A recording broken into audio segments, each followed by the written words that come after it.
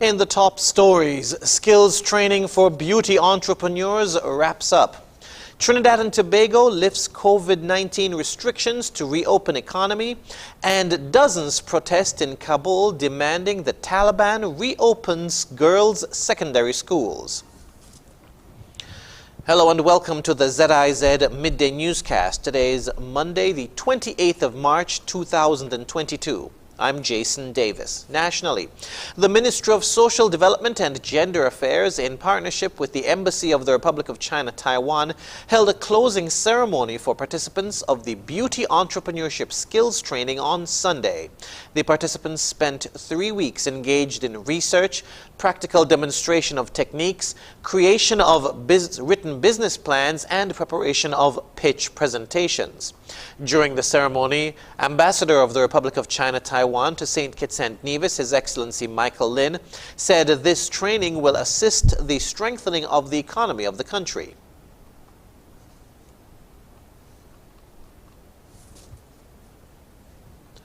I believe this project will further contribute to the economic prosperity of St. Kitts and Nevis, and Taiwan will continue to be a loyal partner in advancing women's empowerment.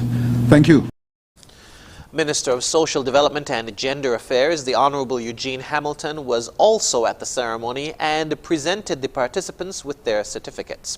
The Beauty Entrepreneurship Skills Training forms part of the Women's Employment, Entrepreneurship and Financial Inclusion project.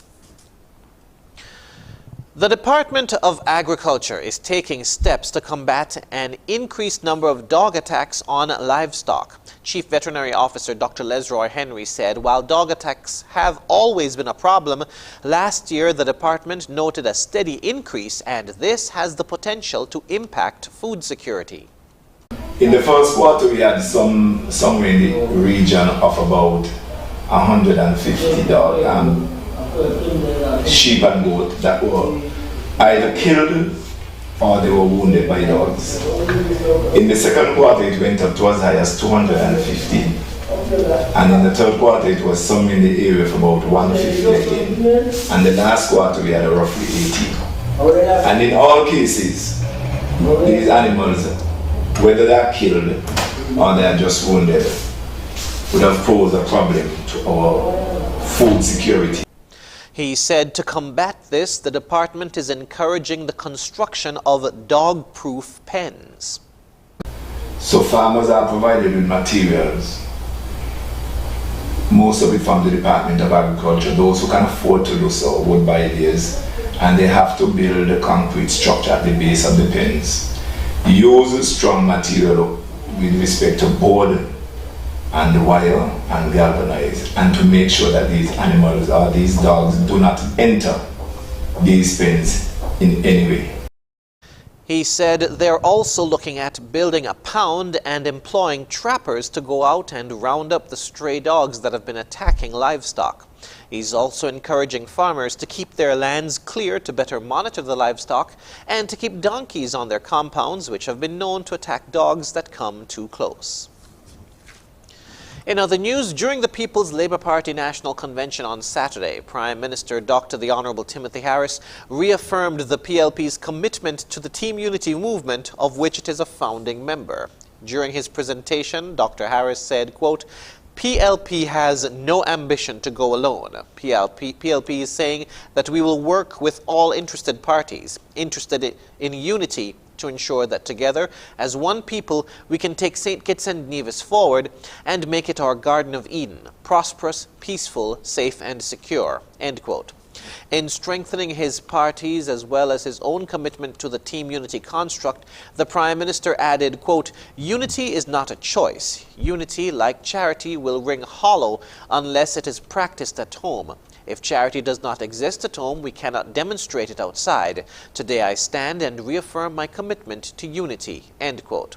Prime Minister Harris told the hundreds of persons in attendance and those who tuned in to the live broadcast that St. Kitts and Nevis cannot afford to go back to the era of political tribalism. The two other parties that make up the Team Unity movement are the St. Kitts-based People's Action Movement and the Nevis-based Concerned Citizens Movement. We now move to news on the regional scene. In Trinidad and Tobago, several business chambers have come out in support of the government's decision to remove COVID-19 restrictions and believe it will lead to enhanced economic activity. But as increased spending is forecast, the trade minister is cautioning citizens to shop wisely and be wary of the global outlook. Here's more. President of the Chaguanas Chamber of Industry and Commerce, Richie Sukai, says the full reopening of the economy was long awaited, and with the impending removal of safe zones, he believes it will help businesses to flourish, especially the entertainment sector. Eliminating these safe zones now is something positive. It should have been done long before. It's better late than never. And the entertainment section could once again boom, and a lot of the entertainers have been suffering during this time. He adds that the relaxing of the PCR test for entry would help with increased visitors to this country. The PCR test has been ranging from anywhere to 200 US and even higher, depending on the countries that you're coming from. So the reduction to the antigen test will definitely help those who are commuting to Trinidad and Tobago and making the process a lot more economical. And President of the Coover Point Research Chamber of Commerce, Mukesh Ramsingh, says the announcement is overdue, but believes the time is right to reopen the economy. The state of the cases and the hospitalizations are so low that we would not be forced into another set of restrictions if the cases start back to spread again. I think we're in a good position to open up and stay open. But Trade Minister Paula Gopi-Skun says while the move would build confidence in the economy, consumers need to be careful about how they manage their finances. Some care needs to be exercised because there is the side that